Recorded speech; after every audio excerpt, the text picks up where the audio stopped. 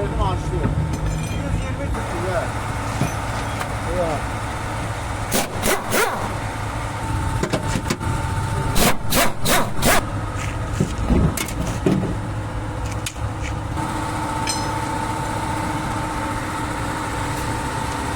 Güvercin de bir hoş perdir hemen.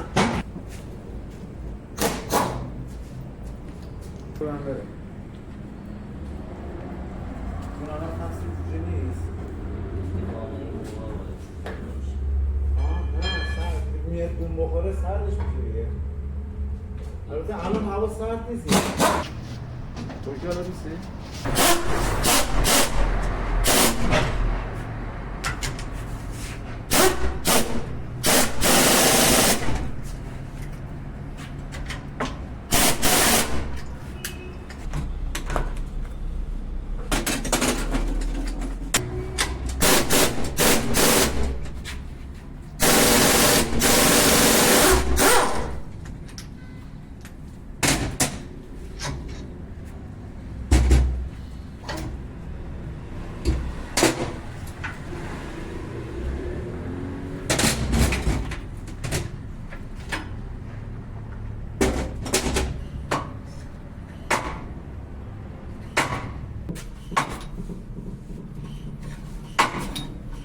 Hiç içmeyin.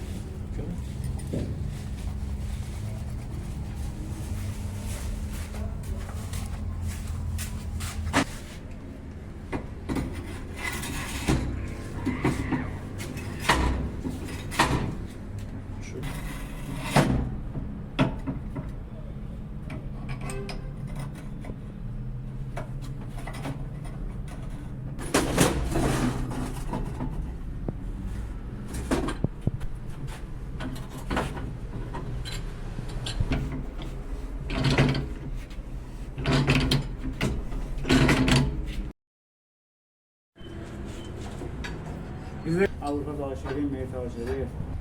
الان بساز بفروشیم. من فامیل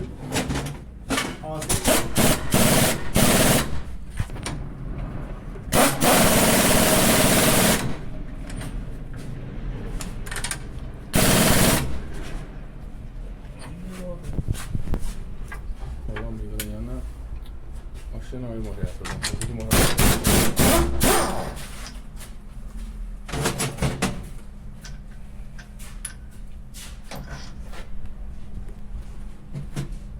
Siz Seyit'in familyiz de ya.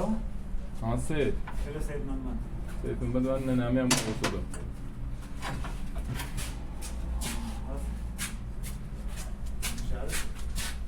Hemen cihanı dediler.